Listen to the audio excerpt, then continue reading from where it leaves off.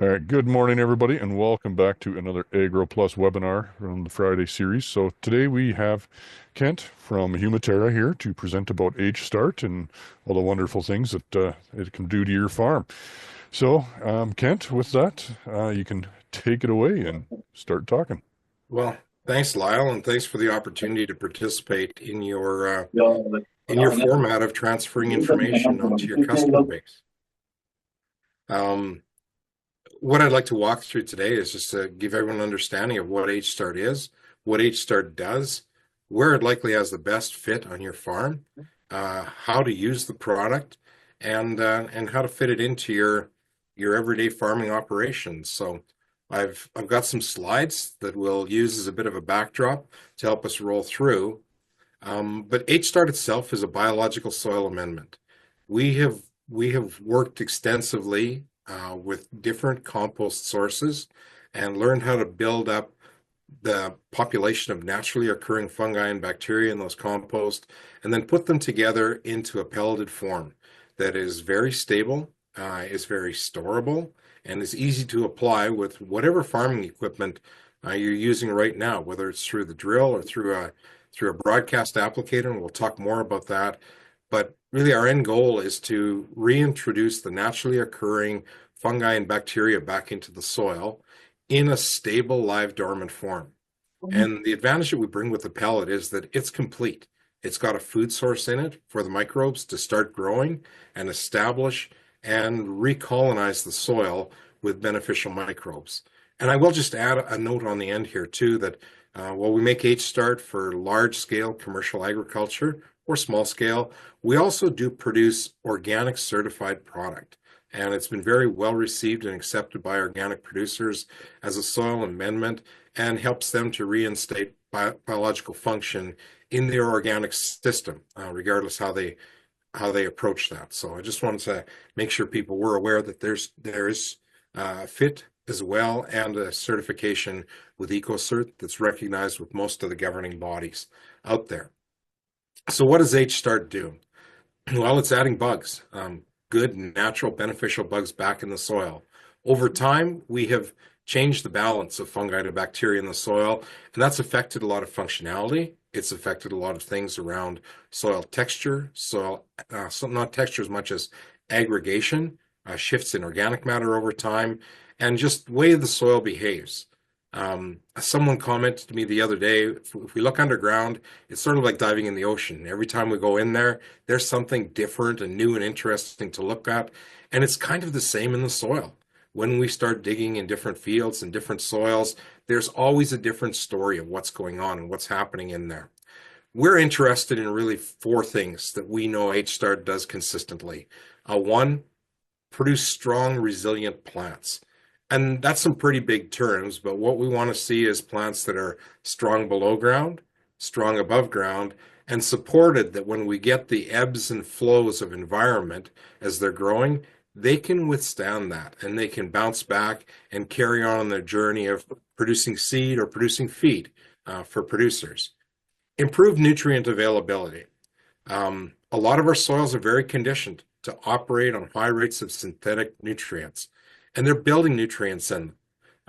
Microbes play a really important role in helping accessing nutrients that are in the organic and the inorganic form and making them available in and around the roots so plants can take them up. We're starting to understand more as we rebalance the soil, increase the fungi to bacteria ratio, that we're starting to see better and more consistent nutrient cycling happening in the soil and improved availability. And that's starting to show in fields after several years where even after growing good crops, there's good level of nutrients left to go the following year. Reducing soil-borne disease pressure. While we farmed the land the way we have for 100, 125, 130 years, depending on the area, we've changed a lot of the dynamic of the soil. Mother Nature really doesn't like what we do in monocropping. Lyle, it wants to see us have multiple plants growing on every acre or every square foot or square meter out there, and we want to try and have a nice uniform field of one in our monocropping environment. So what that's done is it's shifted the diversity and the density of microorganisms in the soil. and that's left room for diseases to come in. A lot of the diseases are not native, they're introduced to the soil. So if we invest in rebuilding that microbiome, make it healthy, make it diverse, make it robust, it can support the plant in ways underground that are very interesting in helping it to stave off diseases. And then this big bucket that we've really started to understand, there's a lot of challenging conditions in every field out there. And we always think of the ones above ground. Oh, we get a hot day, or we get windy weather, or we go through a dry spell. Those are environmental things, but there's a lot of difficult growing conditions that exist in the soil as well. So I'm going to spend some time unpacking that. I'm going to jump right to H-Start application. How do you use this product? It can be used either at seeding, going through the drill. We have a recommended application rate of 25 to 35 pounds. For some of your customers, Lyle, they started using it at 35 pounds, but as we learn more and more about H-Start and about microbiology, it's not always more is better. Getting the product in there, putting the microbes in the soil, they'll build their own population, and they'll build it around the plants to support them. The product can be seed placed. It is very safe around seed. It doesn't have any salt index. It can be placed right in furrow, side banded, or mid row, and it can also be blended with dry fertilizer. You know, one of the logistics pieces we often run into with growers is, I just don't have room in the drill. I have no place to put anything else in there. So it can be blended with dry fertilizer, which helps to fit into managing the logistics. It also will go through saddle tanks on air drills. So if that tank is empty while you're seeding, not your canola or mustard, or if you're using a liquid or peat-based inoculant on your pulses, it can go in the saddle tank versus a granular inoculant. The other option is to broadcast it. It could be put on in the fall if you're doing any field work, or in the spring prior to the drill growing across the field. We've had several growers now that put it on in the spring, just prior to their drills going across, and that established that necessary pellet to soil contact, so that when that pellet starts to grow, everything's moving down in the soil. There's quite a rate range on cost depending on what rate you apply and whether or not it's product for organic crops. So I'll really direct everyone to come back to AgroPlus and talk with them about, what is this product going to cost me. That's our prices based on our facility in Saskatchewan, where we ship the product from. So why should I use H-Start? Well, one of the things that we start talking about is addressing some of our common soil productivity challenges that we have out there. Whoop, I just jumped to the end of my presentation. We all do that occasionally. That's why I never played piano. These are common images that are used in agriculture. The one on the left is an EC map, and it shows a field from one perspective of what the soil texture looks like, what the water looks like in it, and what the topography is like in the field. And each of the different color zones represent different potential productivity in the field. The image on the right-hand side is an NDVI image, a satellite image of a crop, and that's in the late part of June, early July. Interestingly, it's the same field. It's in 2023, and it's telling a story of how the crop is growing in different areas of the field. But if we put this into conversational terms and start thinking about it, what we've got going on here are all kinds of things in the soil that in their own way affect the way the crop grows, affects how the crop performs and what the productivity is. And I'm going to touch on some of these subjects. I'm going to dive into some of these subjects, but there's a really good opportunity to invest in rebuilding soil microbiology to overcome some of these challenges. Not that it's going to completely solve them or change the soil in a single application, but over time, all of these little microbes in the soil can do things to help crops deal with these productivity challenges that are on the screen. So let's just roll into that and start talking. Agronomy and agronomic practices. And Lyle and I have had conversations around this. A lot of the stuff we do actually goes against having a good microbiome and a good diverse microbiome. Annual cropping fights Mother Nature's dream. Southern Alberta, when that was all shortgrass prairie, there was probably between 60 and 100 species of plants on every acre. That was its own level of diversity. And those plants all grew together, their roots grew together, and they shared something between those roots, and that was biology. It would move from plant to plant, it would support plant to plant.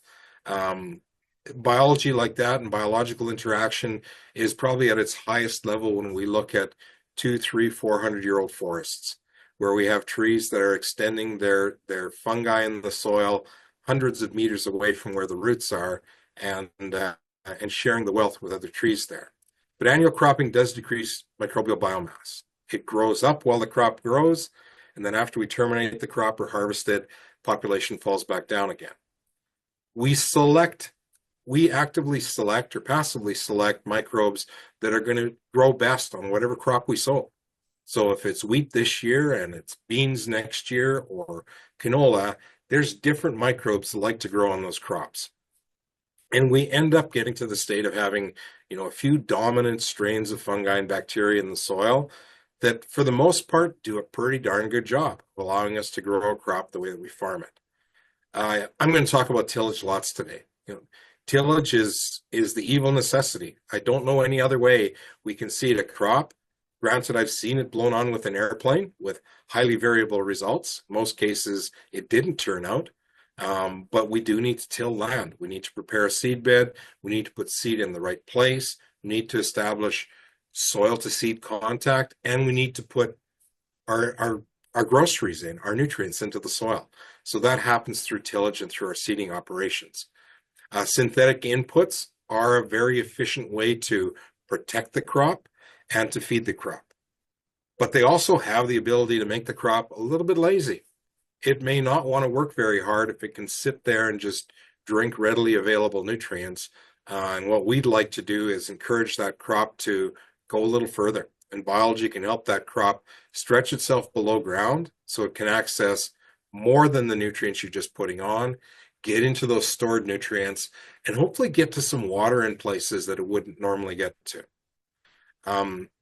Irrigation intrigues me. I'm learning a lot about irrigation because I've worked in dryland my whole career in ag, but irrigation comes with some different set of parameters and challenges. Number one, it's intense. You don't want to miss ever on that irrigated acre. You've got more money invested there, both in land and in the system to put water on. You've got cost of watering. Depending on the variability of crops, and especially with some of the high value crops, and if you get into areas where we're producing crops like sugar beets, potatoes, dry beans, etc., we're adding a lot more tillage to the fields as well. And that disturbance is tough. It's tough on microbiology. Salinity and saline areas. I'm based out of Saskatoon. I've driven through Outlook for 35, 40 years through the irrigation projects there.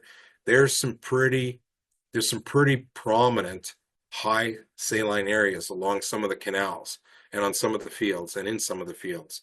So salinity tends to unfortunately be tied with irrigation in a lot of areas. And then as I've noticed in some fields, the water doesn't like to go as deep as we'd like it to go when we apply it on the field. Putting on anywhere from 3/4 to maybe 1.25 inches at a time, it'd be nice if we could get that water to stretch itself down further. So what does H-Start do? Well, it builds strong, resilient plants. That's its first and foremost. Enhancing the germination of the seed, and we see this in agriculture, we see it in horticulture, we see it in reclamation. When we add biology, we add power to the soil to help seeds get growing and get out of the ground.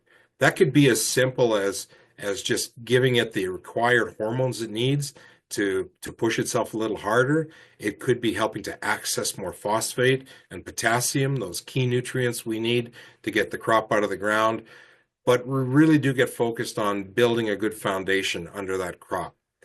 And this is probably one of the things that we've learned and seen most often is that when we add H-Start to any given field, almost every time if we come back and look carefully and take our time and dig plants up and soak them and wash roots on, we've got a more complex root system. We've got more roots growing there.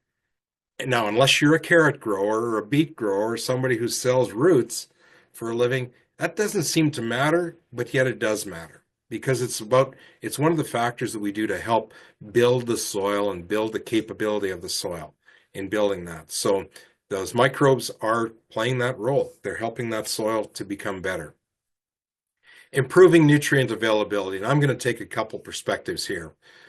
This is some canola from 2023. It's got the same rate of fertilizer on both sides of the field. The emergence looked the same on both sides of the field, but in 2023, it was a beautiful June. And that canola was wanting to grow fast, really fast. The difference of that canola on the right-hand side, building a bigger root system faster, helped it to get to nutrients quicker.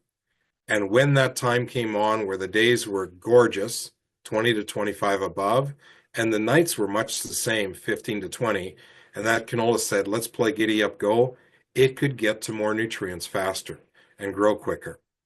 So the whole idea of nutrient availability comes down to if we've got good microbiology in the soil, we can get more consistent breakdown of organic matter and plant release from organic matter. We can untie the inorganic bound nutrients that are in and around the roots so the plant can use them.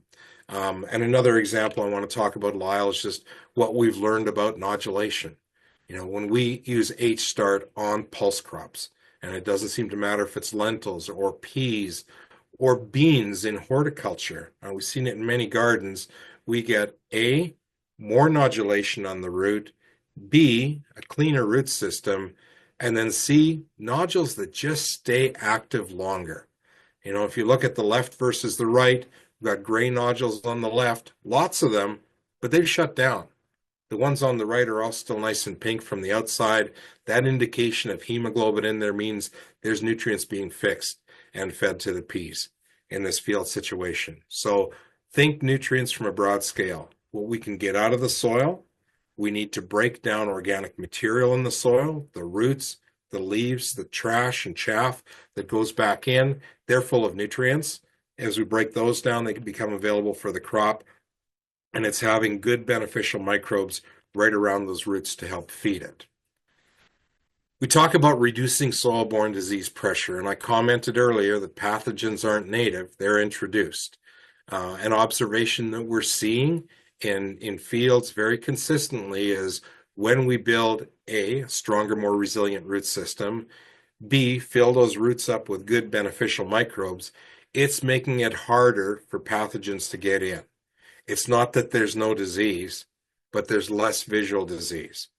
And this is a journey. This isn't it's going to happen overnight, but you can shift that functionality in the soil. And H-Start is a product that is showing that it can do it. The whole concept of developing a disease suppressive soil is one that takes some time.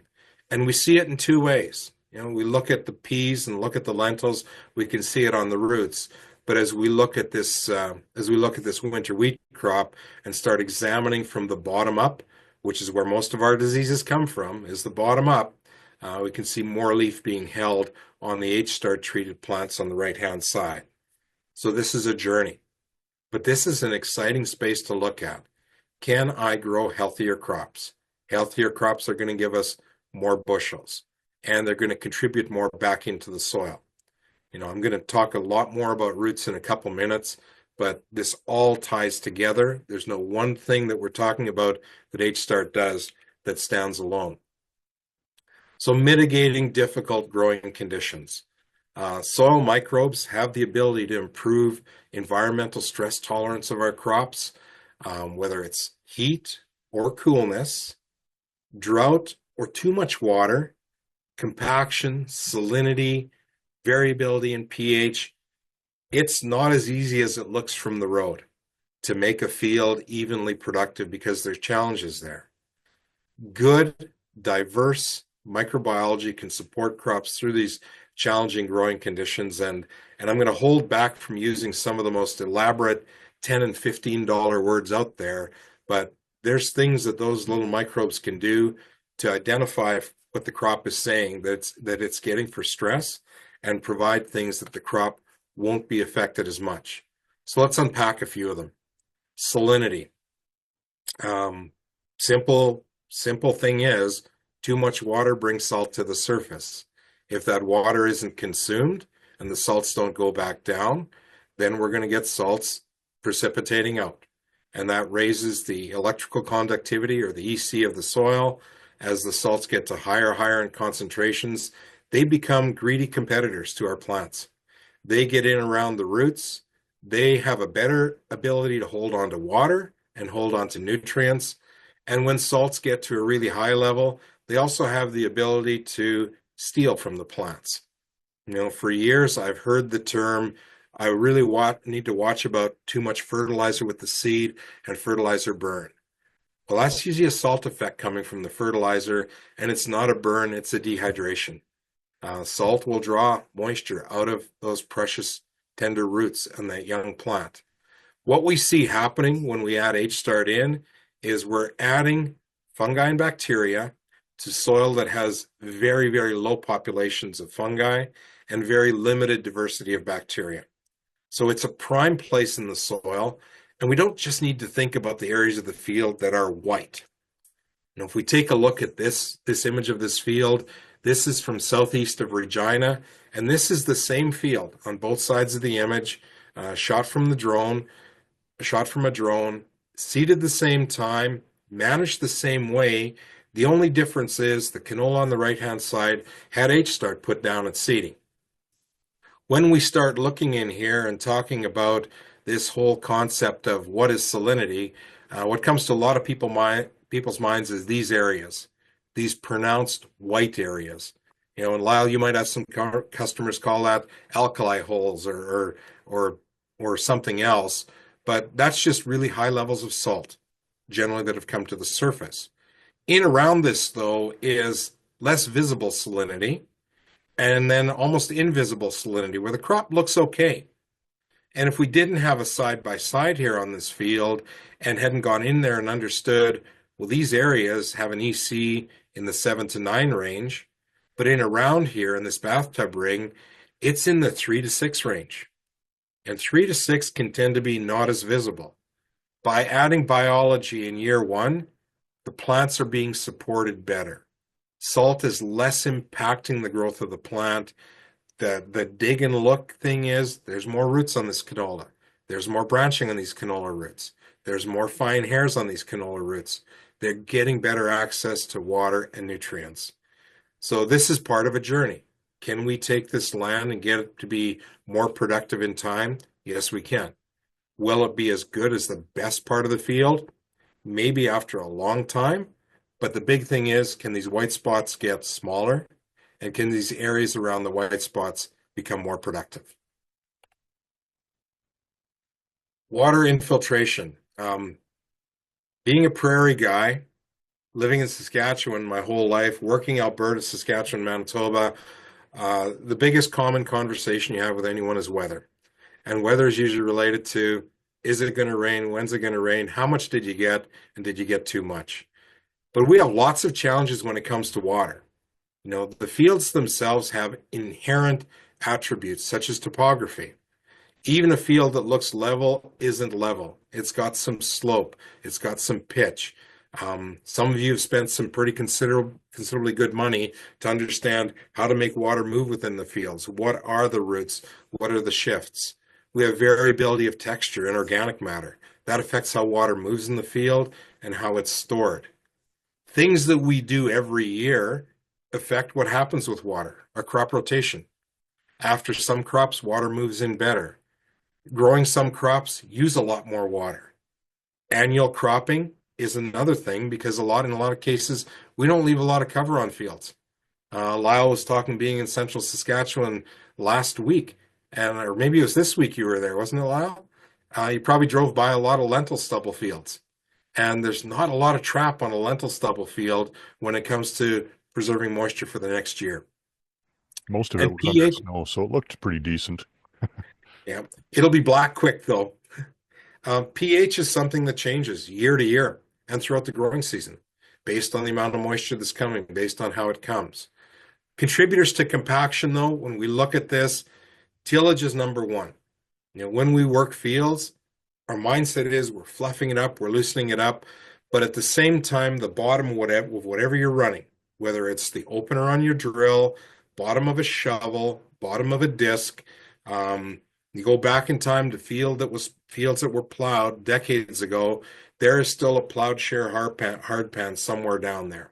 And these are things that's the biggest contributor. The second is weather.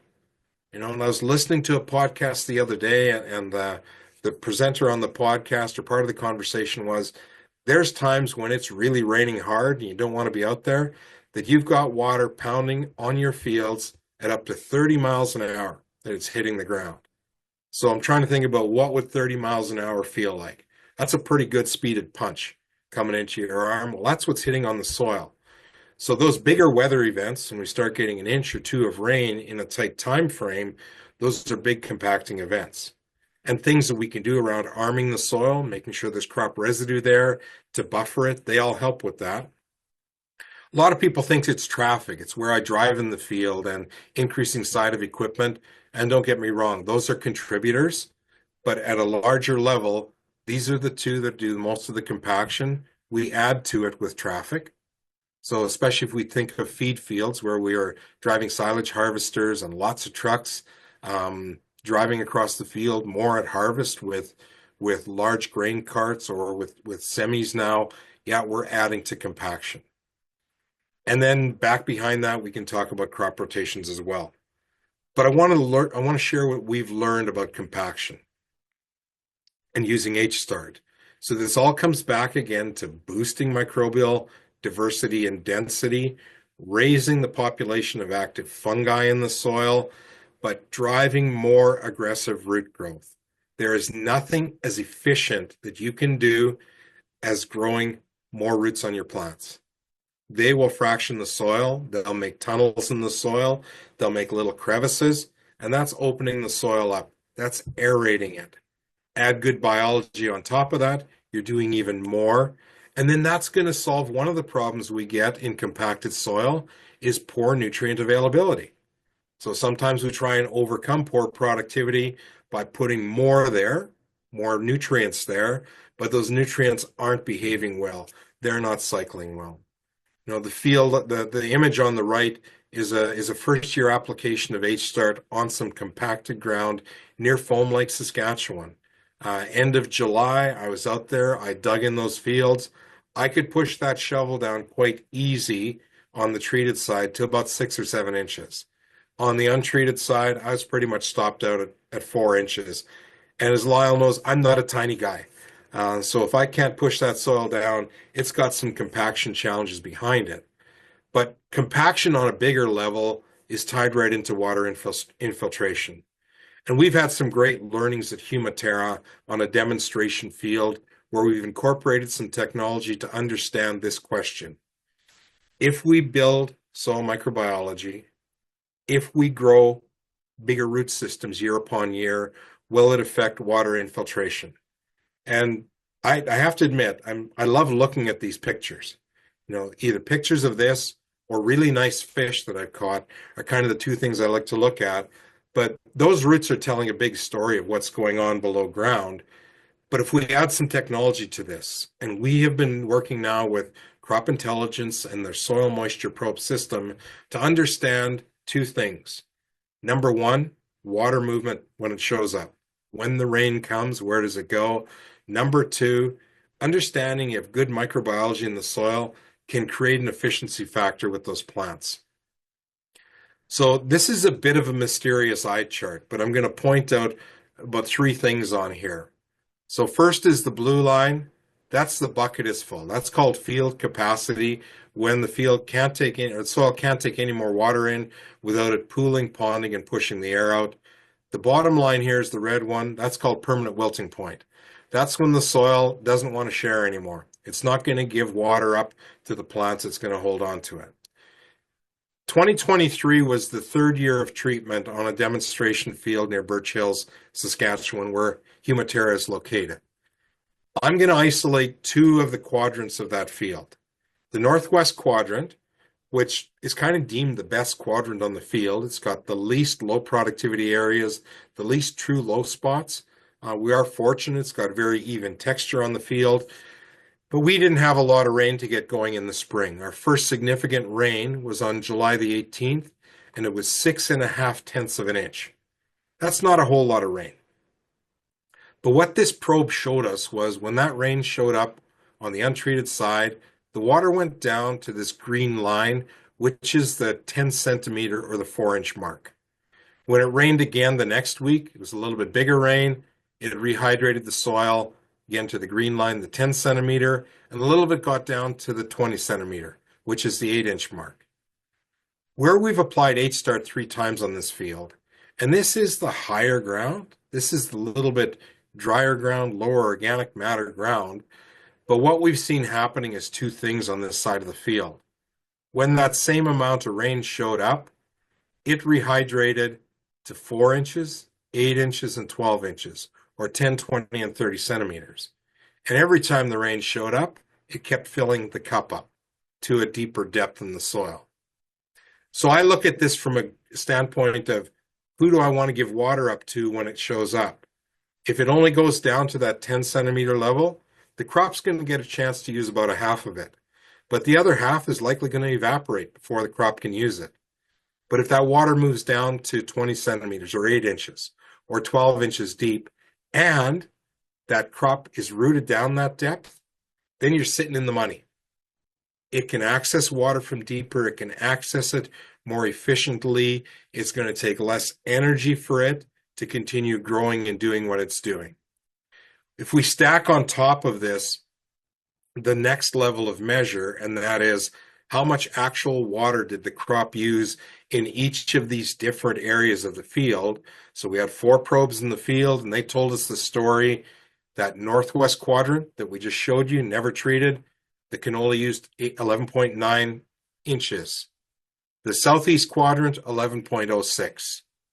The tail of the tape came in the yield, but the real truth in the story here is we grew 6.3 bushels per inch of water where there was no microbial support, and we grew 7.3 bushels per inch of water where there was microbial support. So we're getting more with less. We're getting more efficient use. And this is something that we can't visualize and we can't fully appreciate, but those microbes in the soil, when they're there, are fantastic regulators of moisture. And they also help the plant deal with things like hot days and not losing as much water to evapotranspiration, maybe closing the stomata sooner on the back of the leaves. So there's so much going on when we build this microbial functionality that it's hard to pinpoint one thing. Lyle has seen the data as well in 2024. It was a similar story on peas. The least water was actually used in this quadrant that year, but it was about an inch less water in the southeast quadrant and about a bushel more per inch of water. But I won't throw another eye chart up. Variability of pH. This is just the reality. You know, the area down in southern Alberta is primarily higher pH, 7.5 and above for the most part. Groups I sat with last week said, yeah, I've got stuff around 7, and we heard 8. As pH rises, we need to understand that there's a lot of complex chemical things going on in the soil with availability of key nutrients like phosphate, zinc, copper, boron, manganese, and we also increase the potential for nitrogen loss. It's not as stable at higher pH. The part that H-Start is going to do is it's going to build a more robust nutrient cycling environment in the soil. Not that it's going to overcome and change pH, but it's going to support the plant with what it needs better by growing more roots, pushing roots into more places, helping them access nutrients. And this photo is an interesting story. It is from near Humboldt, Saskatchewan, about an hour and a half east of Saskatoon.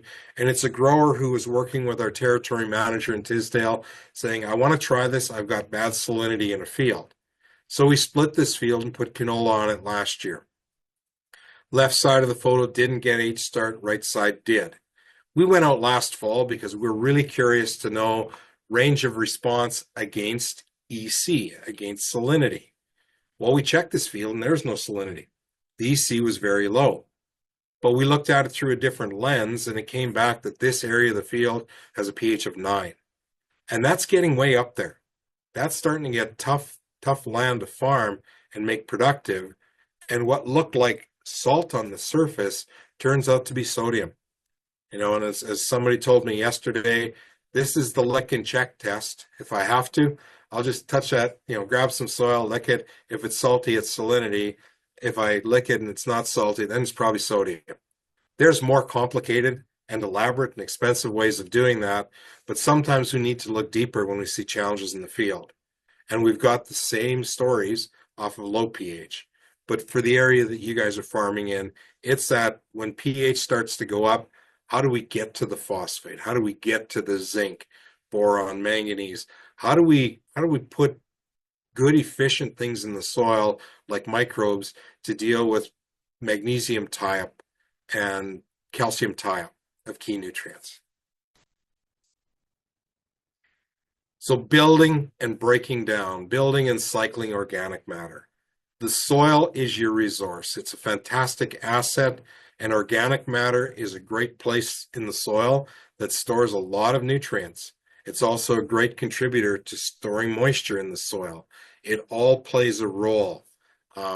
Every percent of organic matter contains about 1,000 pounds of nitrogen, 100 pounds of PKNS, and thousands of pounds of carbon. So it's a two-way street. We want some organic matter breakdown every year. We want to build some. Ideally, we want to build a little bit more than breaks down, because that means we're investing in the soil. And I've highlighted winter wheat, corn, and I think it's barley in the bottom right-hand photo here, but it's our cereal crops are the ones that are going to contribute the most carbon back into the ground. Cereal crops and flax, actually, or grasses. High nitrogen crops like canola, lentils, peas, pulse crops, they don't bring as much carbon back into the soil. They're not as good at building organic matter.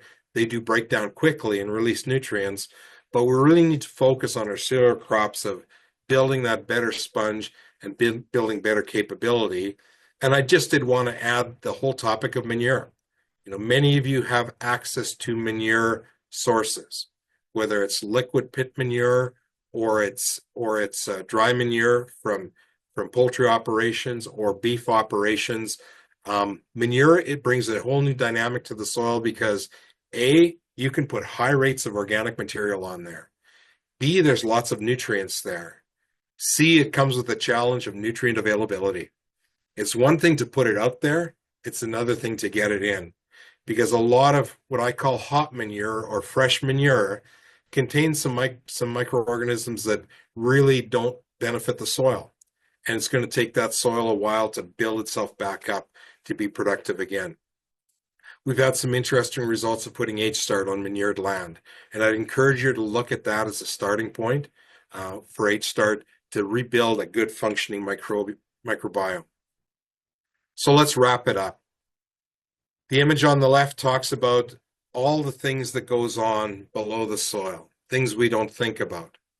Every time you look at a plant, recognize if it's 3 feet tall, it's probably going down 3 feet. If it's 4 feet tall, it's probably going down 4 feet, but it's also stretching out sideways the same amount.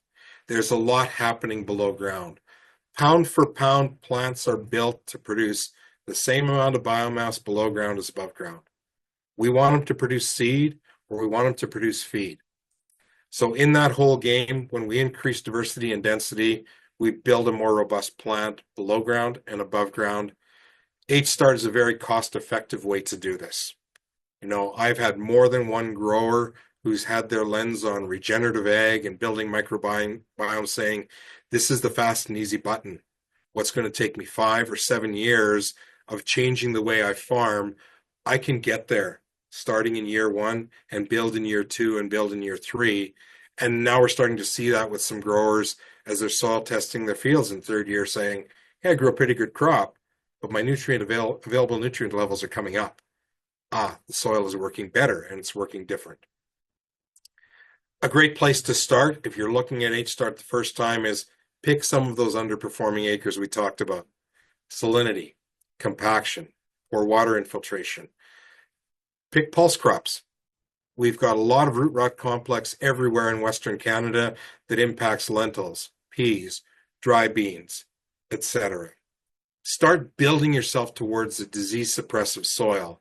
We've seen first year application of H-Start help that pulse crop stay healthier, help keep that root alive longer, produce better rhizobium nodules for better end fixation. If you're looking to see how this works for me, those are some ideas. Lyle can add more. And with that, Lyle, I'm going to turn it back to you and have a sip of coffee and rehydrate and see if you have any questions or if any of our participants do. All right, sounds good. I think we'll probably, like as a company, we're going to be seeing more of it on pulses this year, which is going to be really good to see. I'm a huge fan of this on irrigation and manured fields. I think we have some significant problems in this area with nutrient cycling on some of our irrigated land that's been really heavily manured. So I'm quite excited to see more HumaTerra going down on those acres so that we can see and prove to you guys that it is working. So yeah, I think this year the lower rate on dry land will be promising. Um, I know there is some mixed optimism out there about the dryland crop for this year, so it'll be interesting to see what happens. I think we do potentially have some moisture in the forecast the next week or so, so that would be much needed. That's about it. I think I don't have a whole lot of questions off the top of my head, but I've been through this webinar a few times here now. So let's see who's here. Ken, do you have any questions? You can unmute yourself if you want. Sorry, not Kent Gulash. I was talking to the other Ken, but oh, he's quiet. We might have lost him. Well, I'll come back to Lyle. I know Dave is on the call or was on the call earlier. You might have seen the name Cordon up on the call. Cordon Guysom has recently joined HumaTerra a couple months ago and is going to be based out of Southern Alberta. And we'll be working closely with AgroPlus to answer your questions, help find the fit, and help show you the performance. So, Lyle, on behalf of HumaTerra and myself, thank you for this opportunity. And we look forward to continuing to work with you in learn and expand H-Start in Southern Alberta and see the realized benefits of increasing soil microbial functionality. Absolutely. And if you guys want to start small, we do have 1 kilogram and 25 kilogram bags in our office, as well as the full 1 ton mini bulk bags. So if your wife wants to try some in the garden, or if you're the gardener, give it a try. I've seen huge results in my garden. So that's where things start. And you can see the results in a small scale. So, all right. Well, thank you very much, Kent, and the other staff here from HumaTerra and AgroPlus, and we will see you next week. Thank you, Lyle.